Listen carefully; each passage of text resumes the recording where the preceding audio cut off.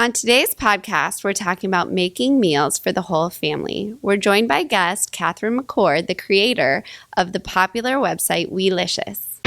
Welcome to Feeding the Family with Dr. Kristen, where we help you navigate the challenges of feeding your family and learn about the role food plays in our health and relationships. Feeding and food relationships can be stressful, confusing, and even destructive. I'm Kristen Saxena, a pediatrician and mother of 4 who's been researching and sharing what I've learned about feeding for over 10 years. In this podcast, I'll share my experience and expertise to help our kids and ourselves with everyday survival tips for real parents. This podcast is about progress, not perfection. So let's get started.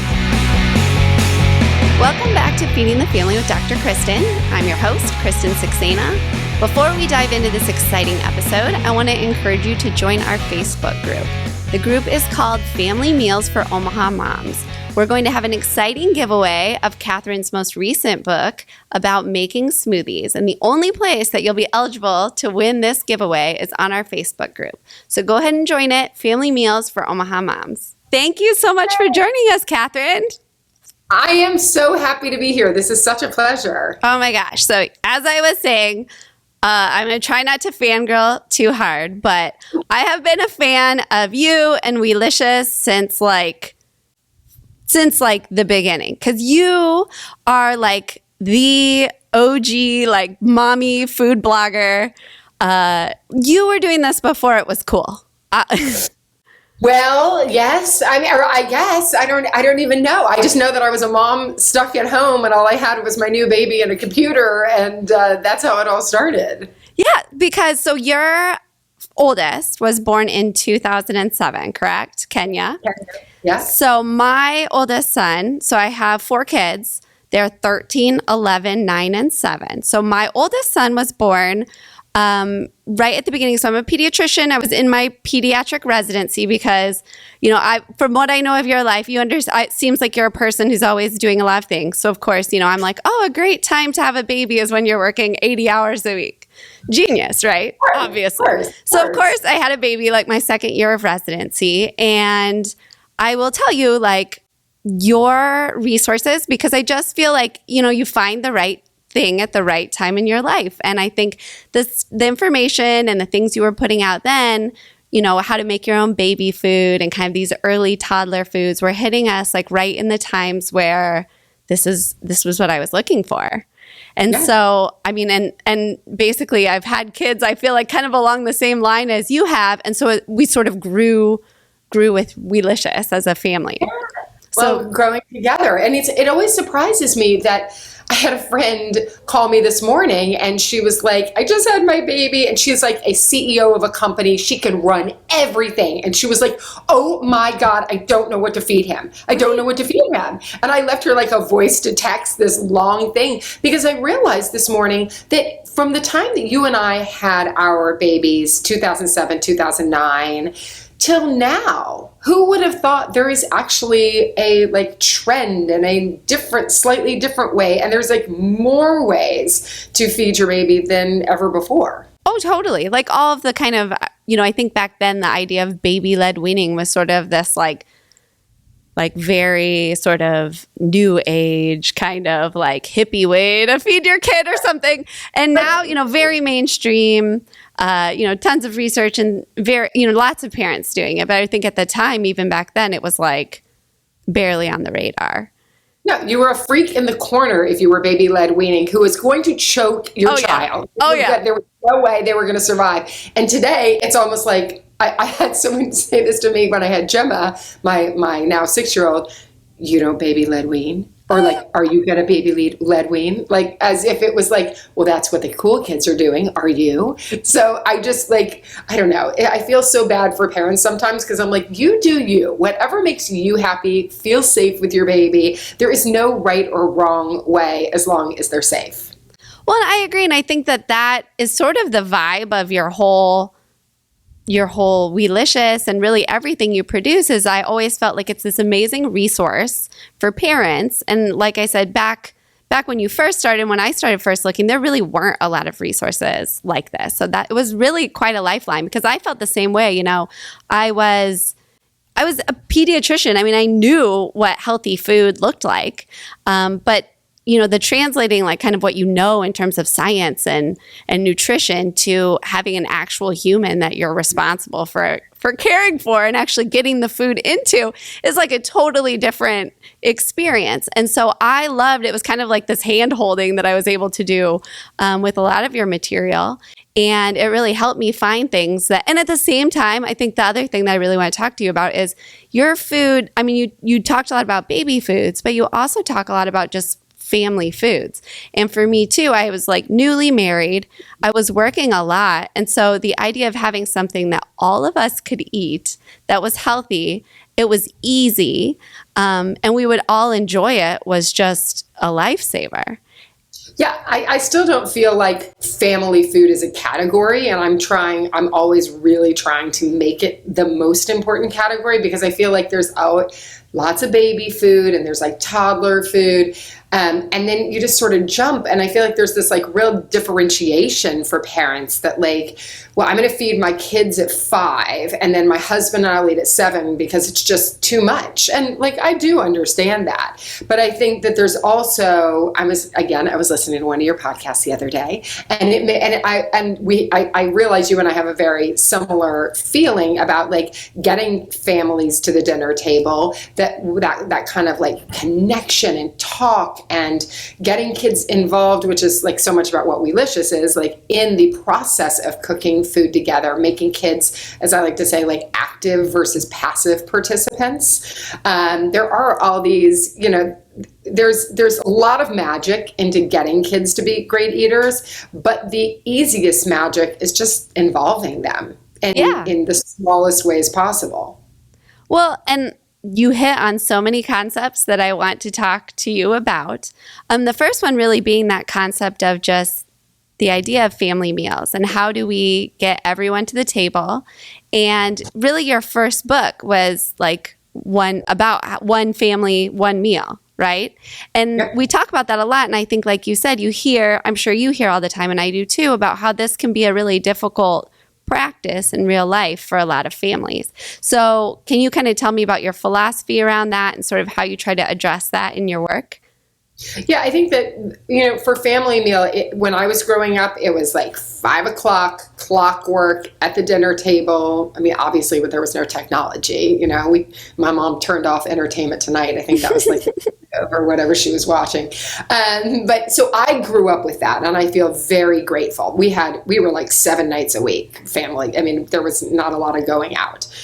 So I had really great modeling. Now I realize, when I can only use my own experience, but I also see that of friends. To me, if you can have one dinner a week, that is a major win for a lot of families. And I also think look, families work a lot later now. So dinner doesn't have to be the meal. Breakfast can be the meal. Sunday brunch can be the meal. It doesn't really matter as long as you're making that kind of time. I mean, even for us, like now that I have children that my 2 oldest are 13 and 15, and believe me, my 15-year-old is like, there's homework, there's like a lot to be done, but we have a very firm 20-minute rule. So you have to sit at the dinner table, and it's not, there's no chains, like everyone wants to, but it's like because my husband and I, like, to the person who is cooking, it's respectful to be there and to appreciate, the food that you're eating together, but also that like that great conversation, what happened in a day, what's going to happen tomorrow. I mean, it's a busy time for a family. Yeah. I mean, I think that's just it, is the challenges change, but they're kind of always there. I think when you're little, a lot of it is, what will my child eat, and getting them to actually sit down sometimes when they're really little at all. And then you're right. As they get older, the challenges change in terms of activities, especially when you have multiple kids, and then parents have their own work that may go late, and then you have homework, sports, and other clubs and everything. And so I like what you said about this 20 minutes, because when you think of it as just that small amount of time and prioritizing it, and I always say, if you don't prioritize it in your family, society is not going to prioritize it for you. So it's really about that, and it can seem overwhelming, but I love what you're saying about this 20 minutes, because when you think, can we carve out 20 minutes to be together? I mean, probably when you think about all of the benefits. So I really love that.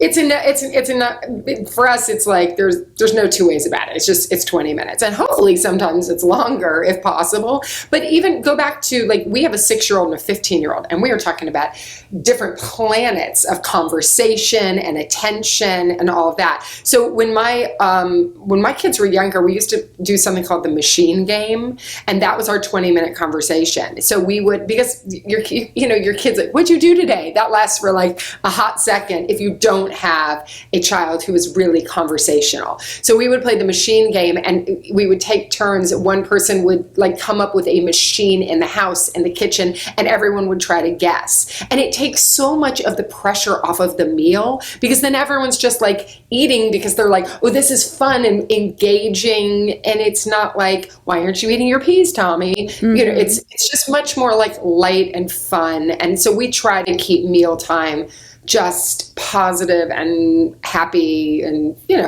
as it should be. Absolutely. I think that's great. And I love that idea. That's definitely a new one, because we talk a lot about how, playing games, or, because you're exactly right, especially when they get older, how was your day? Good. What'd you do? Nothing, And so I love that. I always love new ideas for little games, or, I think we were kind of taught no playing at the table, but I disagree. Yeah, I mean, if you have a child, especially like with ADHD, ADD, like any kind of attention issues, there is no reason that you can't have a pad of paper and a pencil that they can doodle. They can, draw things while they eat, draw something, take them. But you have to be, every family, every child, every parent looks so different. And there can't be this sort of like blanket rule for everyone. You have to be able to be flexible. But I think 20 minutes or whatever amount of time, it's nice to just say, this is our family rule. So let's figure out how to work, what works for best of us within that time constraint. Yeah. And so then what about this concept, one family, one meal? Because that's another idea I like to promote, because I think it's very easy to get into the habit of, kind of making one meal for the kids, one for the adults, maybe even different meals for each kid. And I totally understand how that happens, because I think as a parent, especially a parent with multiple kids, you can totally feel how you can inadvertently fall into those kind of traps. But the idea being that there's so many benefits of sharing meals and, helping kids to become kind of adventurous eaters and eat a greater variety, eat healthier foods. I love this idea. So kind of tell me about how you approach this in your work. Well, I'll start it by saying that my son has been a vegetarian since he was 5. My husband is gluten-free. My 2 daughters are absolute carnivores, and I eat everything. So, like, mealtime, this one family, one meal, mom or dad, whoever's preparing the food, not feeling like a short order cook. I really leaned into this, what I can call DIY meals, early on, the reason is, like, if you can put something, like, let's just go with tacos. So as long as everyone is making their own, and you like cook the turkey and you have the salsa and the cheese and it's all in bowls. So for kids also, it becomes a real way for them to make their own meal, and you can, compliment them, like, oh wow, I love how you did that, or do you think that a piece of, some guacamole would be good in that, or whatever it is, so that everyone gets what they want. It's a much easier meal for parents to try to pull off, and then you have any of the things that are left over can be put away for the next day for lunch or dinner. So it's not like, because for some people, like making enchiladas that everyone loves, one of my kids won't eat orange cheese, only white cheese. I mean, it's just, there's some rules there. And so figuring out like DIY meals, burgers, fajitas, tacos, like it makes it really fun. And it also just makes it a lot easier, because one family, one meal is just based on, I'm not cooking something different for everybody. Yeah. So save your sanity. And Yes. I love that. We do a lot. We do a lot of those too, kind of bars and bowls and tacos and things of that nature, where it's sort of, here's the ingredients, you put it together. And I will say, I feel like being a parent of any kind, and then being a parent that maybe has a lot of interest in the food space, sometimes it's difficult to not get emotionally involved in the choices that they're making, because sometimes they'll put that taco together and it's got like 4 olive slices in it, and they're like, that's it, I'm done. And so, but I do think that autonomy and that, ability to kind of make those choices, if you're able to stick with it, you start to see like, well, they do actually self-select a good variety of foods over time.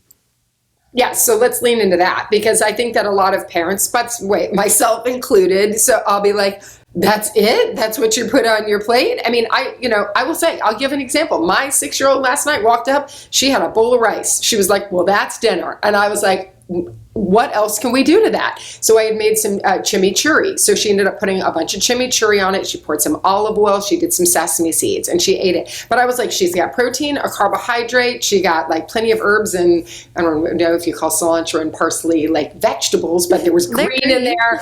You know what I mean? So, and also remembering, what did they have for breakfast? What did they have for lunch? Maybe they haven't gone to the bathroom in a day or two. What's going on with their digestive system? This sort of like pushing, all you end up doing is get like repelling. Yeah. And I'm sure that you get a ton of questions from parents about picky eating, because I feel like, the internet is the first place everybody goes. And so you're struggling with your picky eater. First off, I guess, have you felt like I know you've got some kind of food intolerances and food choices that your family makes, but have you dealt with what you would consider picky eating within your own house? I will say no, because I think that, look, I don't necessarily think my kids are going to be huge athletes, but we've never pushed them like, let's do sports every weekend. But my son works at the farmer's market. All 3 of my children have gone since they were babies. So food is like, they just eat just about everything. Mm-hmm. Like I said, my son at 5 years old was like, I'm not eating animals. And I was like, I respect that choice. I'm going to out my 4 children. Oh, I do it all the time.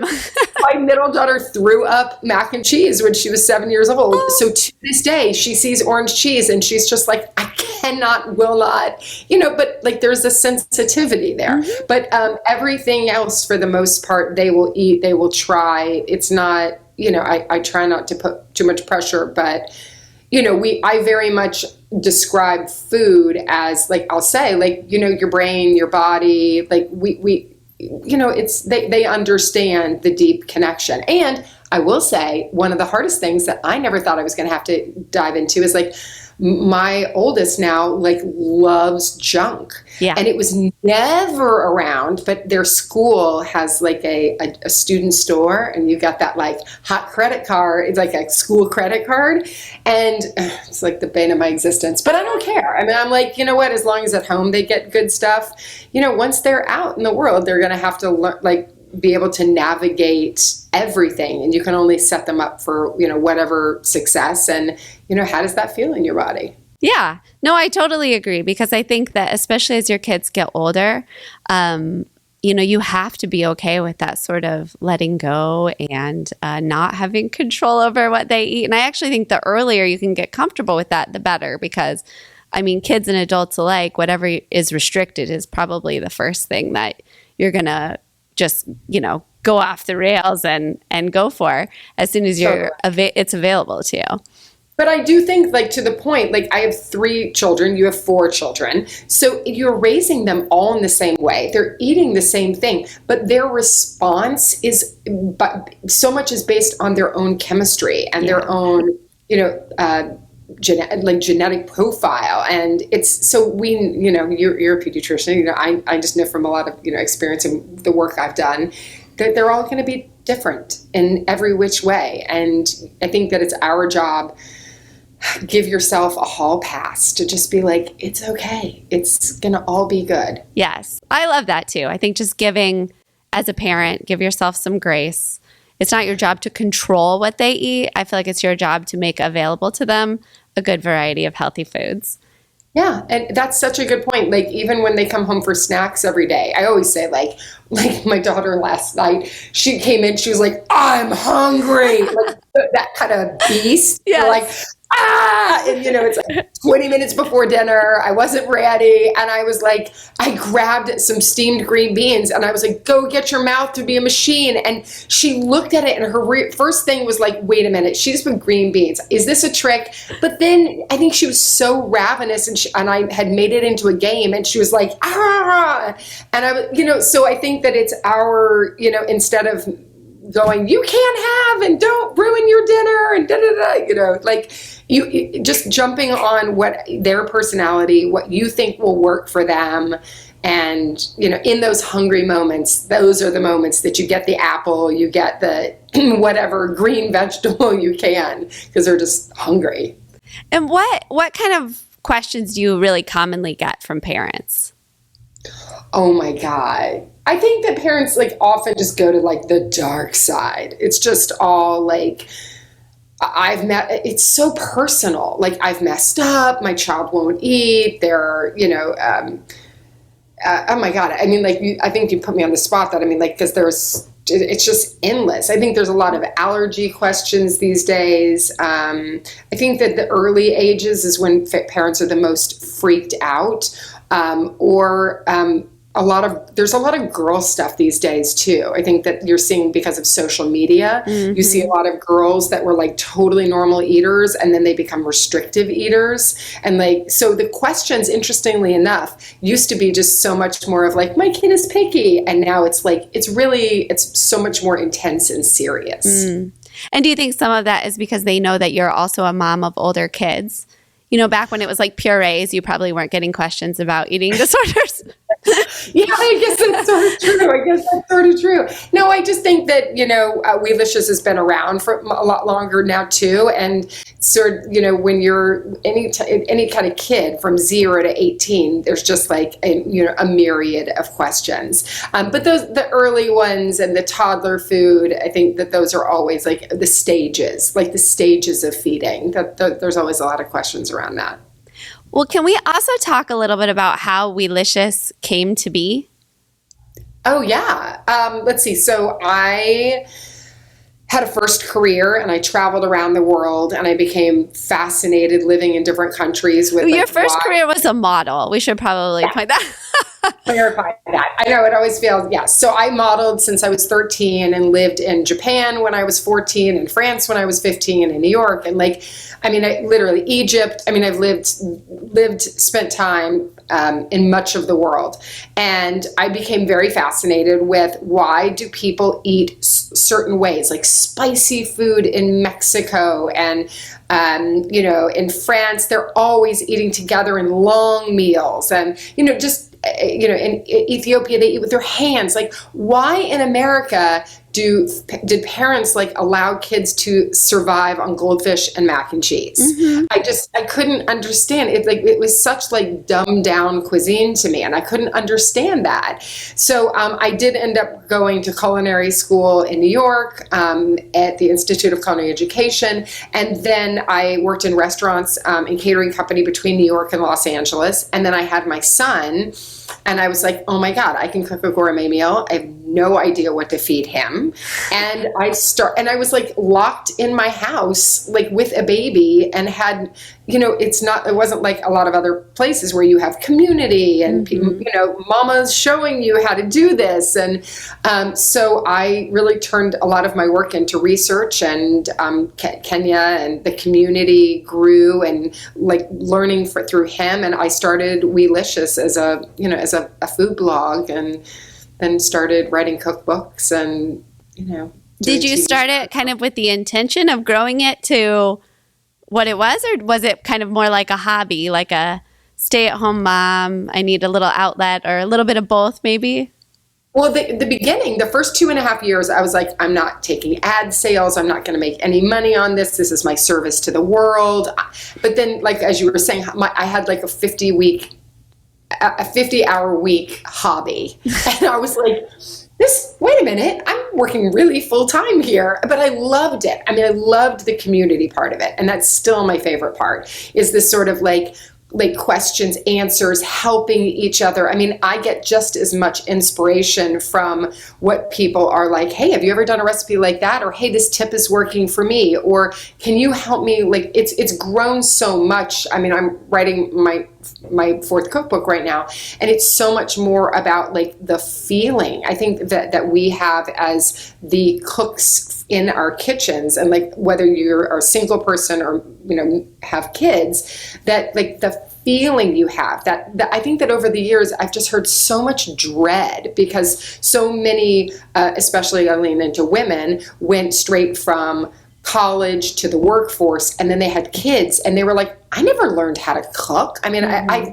picked up at Whole Foods and drive-through and, grab and go. So this idea that you go immediately into having to feed a child 21 meals plus snacks per child for 18 years was like not on the checklist of I want to be a mom. Yeah, I agree. It kind of creeps up on you, and then you're like, wow, this is actually like a really big responsibility.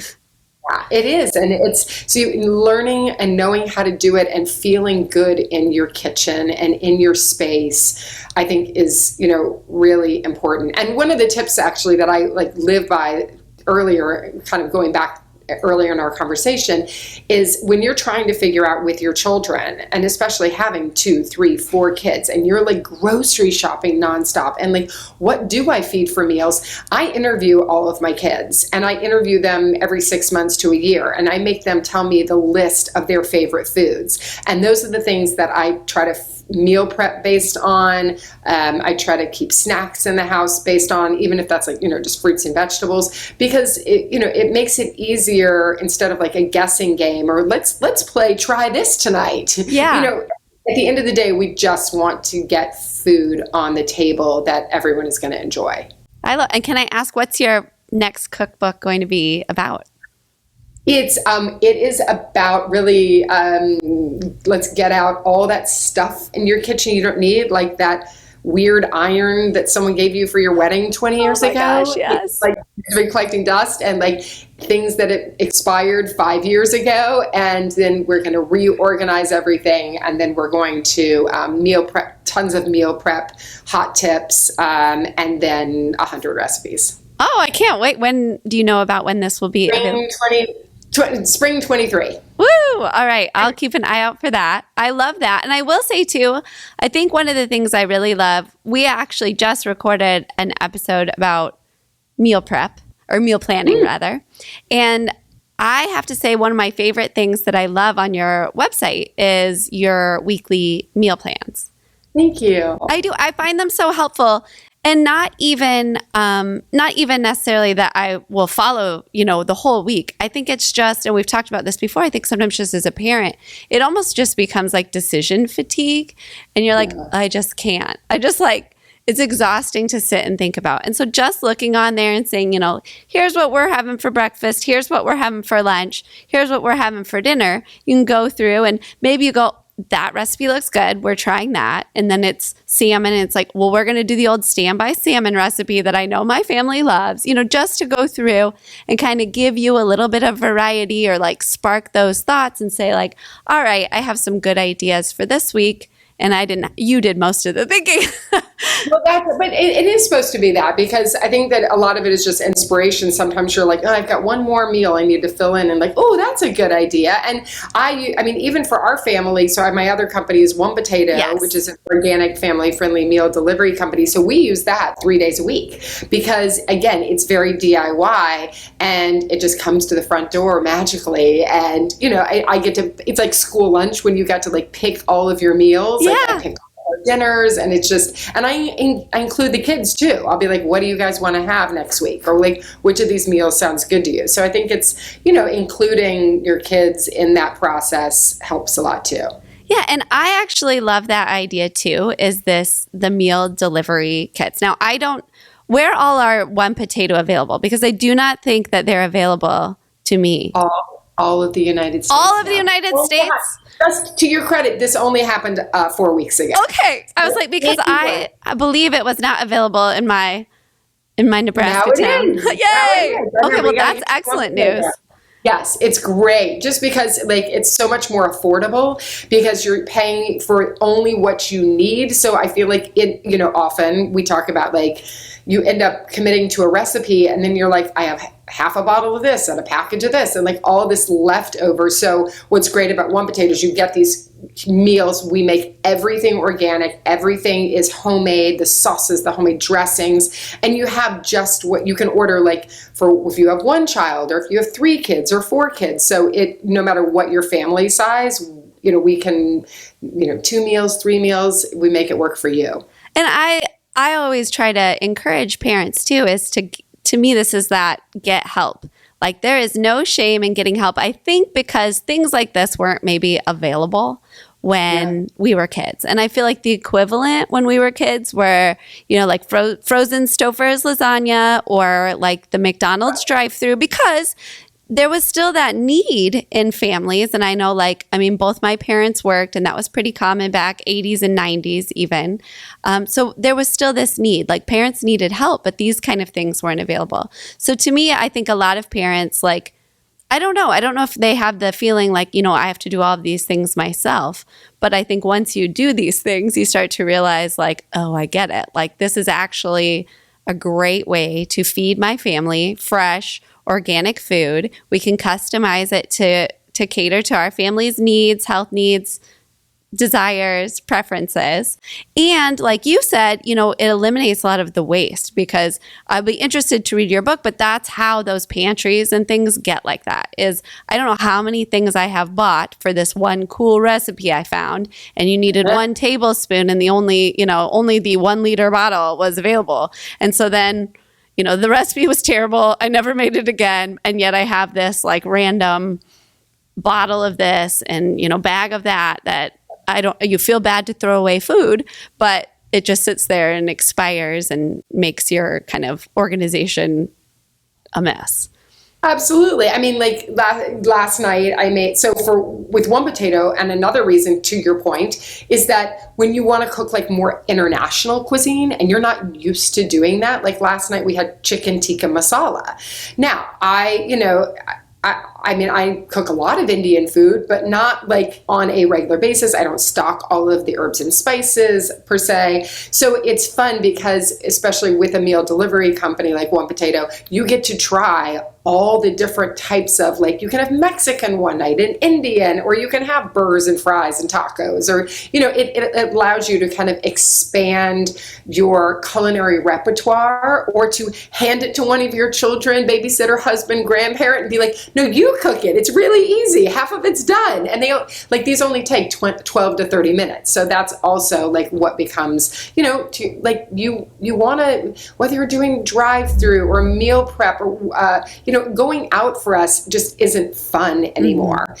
My kids don't even enjoy it. Like they love being home. They like a home cooked meal. So it just takes some of the weekday stress away. Totally. Well, and I think that also segues into number one, saying, for some parents, like you said, they never really, if they went straight from school into a corporate job and now they're here with a family and they say, well, I would love to cook, but I don't really know how to cook. To me, these kind of meal kits are sort of that perfect segue to say, like, we're going to make it easy and get you comfortable in the kitchen. And from there, I think a lot of people then they feel like, okay, I'm starting to get comfortable with my kitchen skills, and maybe I'll branch out and try a few things, but it's a really good segue. And to that same point, like you said, perfect for kids. It's kind of why I love like little baking kits, even like brownie mix. My 7-year-old, she loves it because she says, oh, I can make this all by myself. I can read this, it's got 4 ingredients, but she can read it. And so to me too, maybe for a little bit older kids, this is easy. It comes with instructions. Everything's kind of all prepped for you, but you put it together. You get that, I did this myself, pride and satisfaction. And I think those are the kind of things that you can build on and get confident, comfortable kids in the kitchen.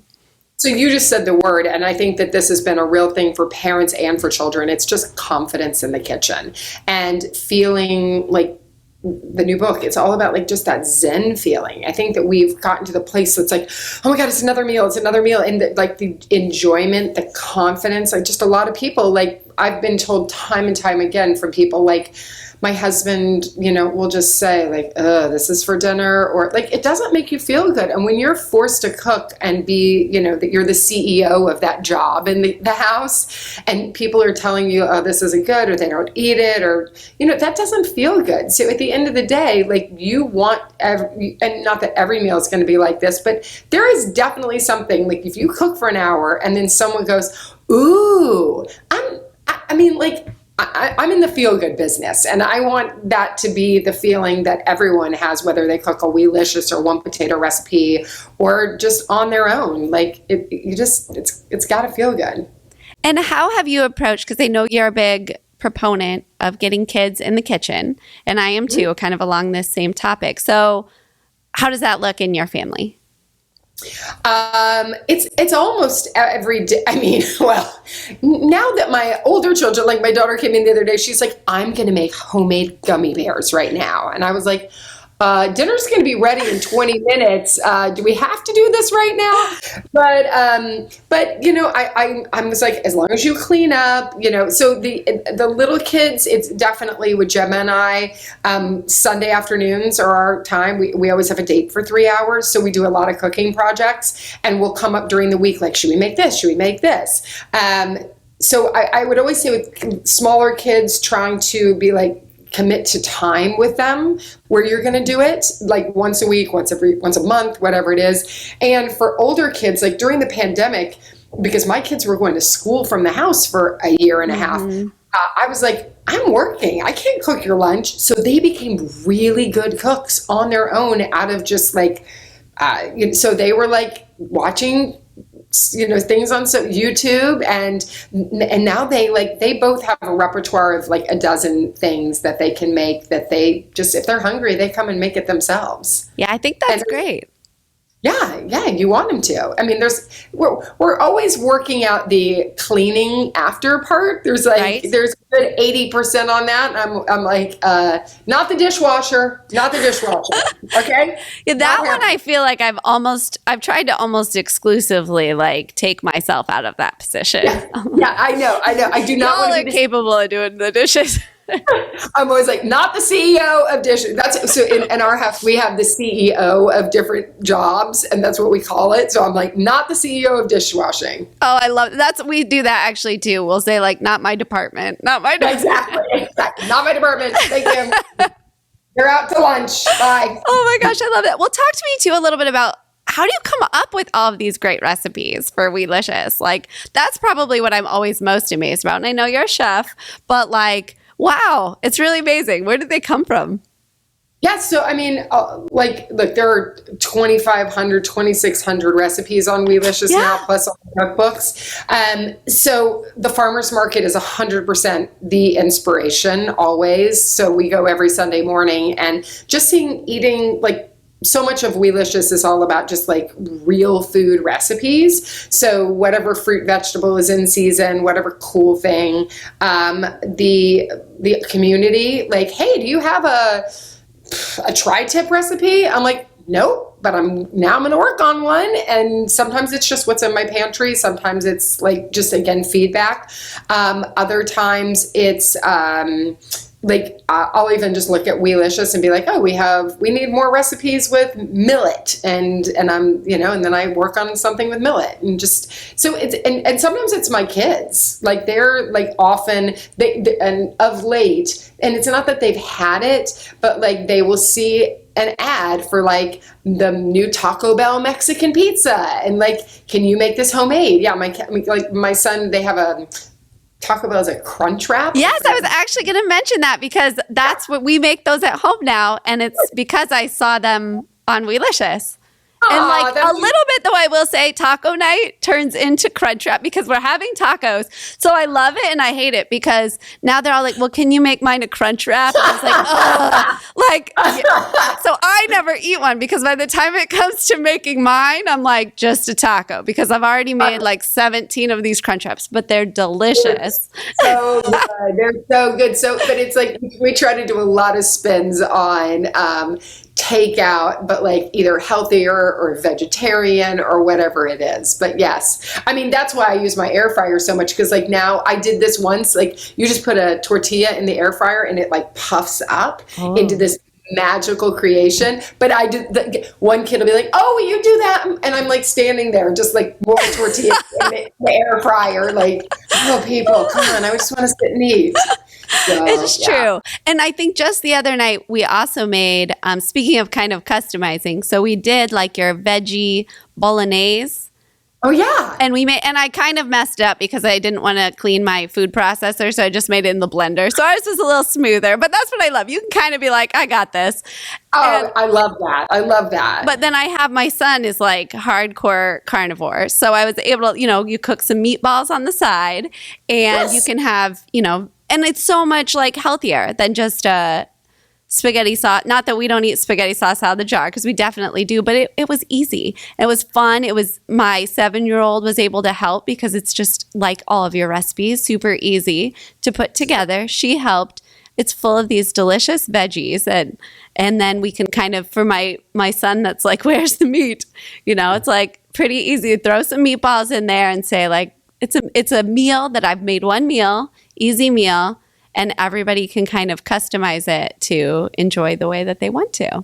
I love that. And we've been, even in our family, like I've been making a lot more, because I've been testing for the cookbook, which they love. They're like, oh, what's tonight? Like 3 things. But sauces and dressings, like we've been like a lot of nutritious, like you're saying with the veggie bolognese, where you're getting more. So I've been doing a lot of like really rich, like sauces, dressings, dips, and they'll pour it on their pasta, their rice, it's been an interesting, I didn't realize it, like making the chimichurri last night. My daughter was like trying to stick her mouth into the blender, in this like blender cup thing. And I was like, what are you doing? She's like, it's really good. Aww. And, so and it's green. And I was like, you know what? Like, so that for some kids, that could be a really good, if you have a good sauce or dressing, you can have a pretty boring or just like fine meal, but like all of a sudden it's like, wow.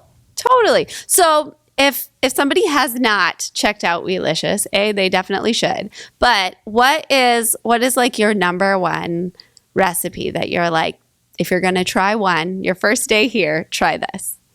Well, I will randomly tell you the most popular recipe on Weelicious, like by Google search and everything. I'm still always like, is cottage cheese pancakes. No way. I'm with you. I'm like, why? I don't understand. But so, I mean, Google will tell you the number one recipe on Weelish. I think because you get in protein, because cottage cheese is just like such a repelled, like, 9 out of 10 people probably don't like cottage cheese. I just learned that this was like on that list of foods. I love cottage cheese, and I never have thought of it as like this like divisive food. And someone just told me, they're like, oh, that's one of the like you said, like top 10 most like divisive foods. I was like, really? Like really?